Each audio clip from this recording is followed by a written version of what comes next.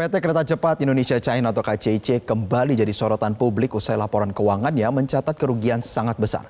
Kondisi ini membuat BUMN Indonesia yang menjadi pemegang sahamnya harus ikut menanggung rugi.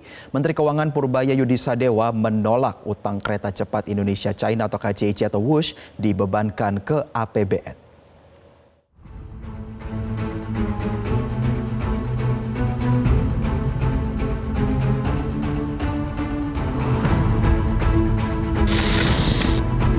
Utang proyek kereta cepat Indonesia China (KCIC) atau WUSH kian membengkak hingga menembus 116 triliun rupiah atau sekitar 7,2 miliar dolar Amerika Serikat.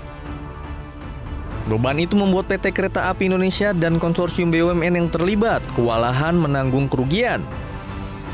Menteri Keuangan Purbaya Yudisadewa menolak jika APBN dipakai untuk menanggung sebagai utang tersebut. Menurut Purbaya, tanggung jawab pembayaran utang kereta cepat seharusnya dikelola oleh Badan Pengelola Investasi atau BPI Danantara Indonesia. Bendahara Negara menyebut saat ini pihaknya belum menerima pembahasan resmi dari pihak terkait mengenai usulan agar sebagian utang WUSH ditanggung negara.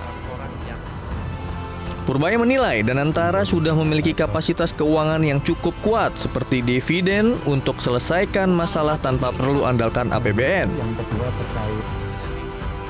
Saya belum dihubungi untuk masalah itu, Mbak. Nanti begitu ada saya di jumpa pers yang mingguan deh saya kasih tahu update-nya seperti apa. Yang jelas sekarang saya belum dihubungin tentang masalah itu. Tapi kalau ini kan kayak sisi di bawah Danantara kan ya. Kalau di bawah Danantara kan mereka udah punya manajemen sendiri, udah punya dividen sendiri yang rata-rata setahun bisa 80 triliun atau lebih. Harusnya mereka manage dari situ, jangan ke kita lagi. Karena kan kalau enggak ya semuanya ke kita lagi, termasuk dividennya. Jadi ini kan mau dipisahin swasta sama government. Ya jangan kalau enak swasta, kalau nggak enak government. Saya pikir begitu ya Pak. Posisi saya sekarang, yang saya tahu seperti itu karena saya belum disusun dengan mereka. Menanggapi hal ini, pengamat ekonomi Surya Fandiantara mendukung langkah dari Menteri Keuangan Purbaya. Menurutnya, banyak program prioritas yang harus didahulukan negara. Berbicara KCIC, terus berbicara program yang lainnya juga. Ada program MBG, terus ada program ketahanan pangan, begitu kan. Terus juga tadi memajukan perekonomian daerah dengan cara tidak memangkas transfer dana pusat ke daerah. Nah, ini kan program-program yang menurut saya lebih prioritas yang seharusnya menjadi utama gitu ya, lebih diutamakan oleh Kementerian Keuangan dalam hal ini negara dibandingkan menyelesaikan permasalahan KCIC yang kemudian juga sebenarnya masih ada opsi lain untuk menyelesaikan permasalahan ini. Sebelumnya, Chief Operating Officer atau COO BPI Danantara Doni Oskaria menyatakan Danantara telah menyiapkan 2 skema penyelesaian utang proyek kereta cepat Indonesia China atau KCIC 116 triliun rupiah. Opsi pertama yakni menambahkan penyertaan modal kepada PT KAI atau menyerahkan infrastruktur kereta cepat kepada pemerintah.